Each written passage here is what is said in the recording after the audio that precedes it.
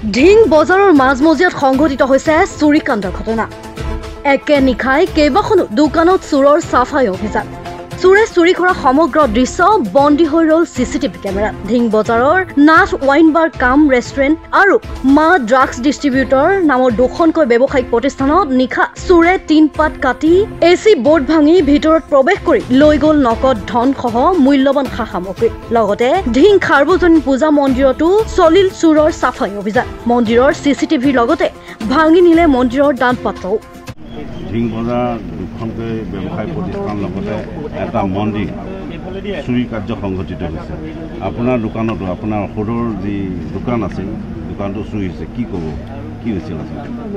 আমাৰ ওপৰফালে গ্ৰিল আছিলে, গ্ৰিল ভাঙি পেলাই গোটেই আমাৰ মেডিচিন হিচাপে টকা কেছ মোটামুটি 15,000-10,000 টকামান মেডিচিনো লৈ গৈছে। কি ক'ব, ঢিং বজাৰত প্ৰায়ে শুনা যায় এনেধৰণৰ চুৰি কাৰ্য সংঘটিত হৈছে। কমচে কম 10টা ঘটনা হৈছে, কিন্তু পুলিচে একো কৰিব পৰা। আপোনালোকে আৰক্ষীক জনাইছেনে? আৰক্ষীক জনাই আছে, যাৰ দোকান হৈ আছে জনাই আছে, কিন্তু কাম একো হোৱা নাই। এতিয়া পুলিচে যদি ব্যৱস্থা কৰে তেনেহ'লে কৰিব পাৰিব, নহ'লে কিবা এটা কৰিব লাগিব। আচলতে চোৰৰ যিটো অটপালি প্ৰয়ত্ন এইটো আজিৰ কথা নহয়। আজি বহু বছৰৰ পৰা গতানুগতিকভাৱে চুৰ কৰি আছে। চোৰে মানে কৌশল সলাইছে। আগতে যেনেকৈ আপোনাৰ চাটাৰ ভাঙি বা তলা ভাঙি পেলাই চুৰ সোমায়, তেতিয়া দুই এটা ৰাইজে ধৰিছে, তেনেকুৱা নধৰা নহয়। কিন্তু আজিকালি কি হৈছে, যে চোৰে ওপৰৰ পৰা টিন কাটি বা তেওঁলোকৰ যি এচি বোৰ্ড থাকে সেইবোৰ ভাঙি ভিতৰত সোমাই মই চুৰ কৰি লৈ গৈ আছোঁ। বিভিন্ন সময়ত আমি তেওঁলোকৰ দোকানীসকলৰ অভিযোগ মৰ্মে আমি থানাত অৱগত কৰিছোঁ, কিন্তু ঢিং থানাৰ ফালৰ পৰা আজিৰ তাৰিখলৈকে কোনো ধৰণৰ এটা আমাক চুৰ ধৰাত কৰায়ত্ব কৰাত কোনো ধৰণৰ ব্যৱস্থা গ্ৰহণ কৰি পৰিলক্ষিত হোৱা নাই। যাৰ কাৰণে আজি কিছুদিনৰ আগত আপোনালোকে গম পায় যে বজাৰৰ ভিতৰত মানে সপ্তাহত এখন দোকান 3বাৰলৈকে চুৰ। তাৰপিছত পহৰা ব্যৱস্থাৰ জৰিয়তে চুৰ কৰায়ত্ব কৰা হ'ল। তাৰপিছত পাব্লিকৰ হেৰিয়ত তেওঁ অকণমান হেৰি হ'ল। তাৰপিছতো সেই বজাৰৰ ভিতৰত চুৰটো নাইকিয়া হ'ল, কিন্তু মেইন যিটো আমাৰ ৰাস্তা, মেইন এটা হাইৱে বুলি ক'ব লাগিব আমাৰ অঞ্চল হ'লেও, এই ৰাস্তাটোৰ ওপৰতে ৰাস্তাৰ কাষতে থকা বহু দোকান ইতিমধ্যে বিভিন্ন ধৰণে সোণাৰী দোকান হওক, কাপোৰৰ দোকান হওক, ঔষধৰ দোকান হওক, যোৱাকালি এখন ৱাইন বাৰখনত চিচি কেমেৰা আছে। প্ৰায় দোকানতে চিচি কেমেৰা আছে। চিচি ফুটেজো থানাক দিয়া হয়। তাৰপিছতো কিন্তু আজিলৈকে বজাৰখনত ভাল ধৰণে তেওঁলোকে কোনো ধৰণৰ চুৰ কৰায়ত্ব কৰিব পৰাকৈ কোনো ব্যৱস্থা গ্ৰহণ কৰা নাই। এইটো পাব্লিকে কৈ আছে, আমি কোৱা কথা নহয়। সকলো দোকানী ব্যৱসায় কৈ আছে। গতিকে আমি চৰকাৰক বা থানাক আমি আহ্বান জনাইছোঁ, অনতিপলমে চুৰকেইটা কৰায়ত্ব কৰি যাতে এটা সুব্যৱস্থা কৰিব পাৰে, মানুহক যাতে আশ্বাস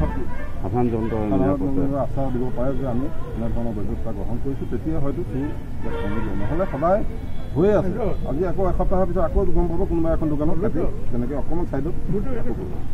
গতিকে এইটো এটা সুপ্ৰসাৰী এটা দৃষ্টান্তমূলক যদি শাস্তি প্ৰদান নকৰে চোৰ ধৰি সমাজৰ দিনত আকৌ হৈ ঢিং বজাৰত দেখা গৈছে প্ৰায় এনেধৰণৰ ঘটনা সংঘটিত হৈছে।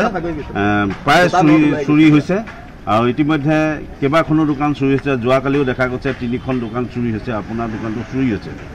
কিন্তু আৰক্ষীয়ে এতিয়ালৈকে চুৰ কৰায়ত্ব কৰিব পৰা নাই। কি ক'ব, কালি কি হৈছিল আচলতে?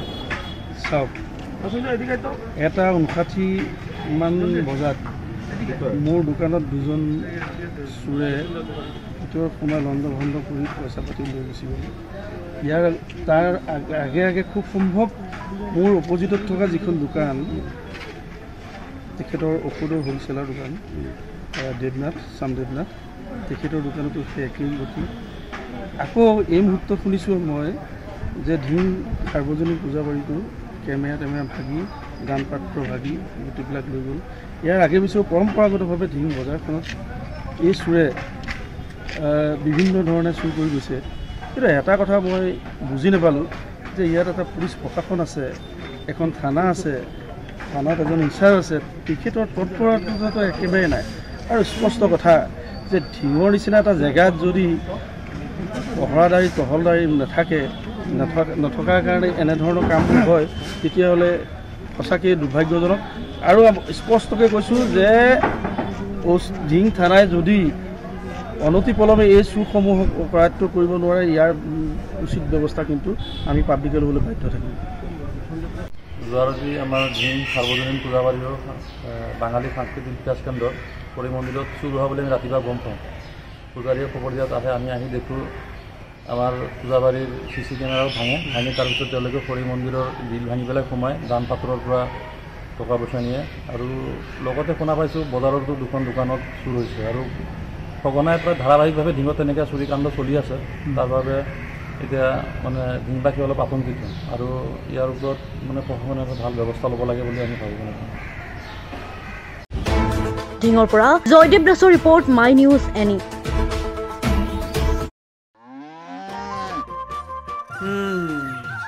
মোৰ লখিমী কেইজনীয়ে ইমান বেছিকৈ গাখীৰ দিয়ে, মনটো একেবাৰে ভাল লাগি যায়।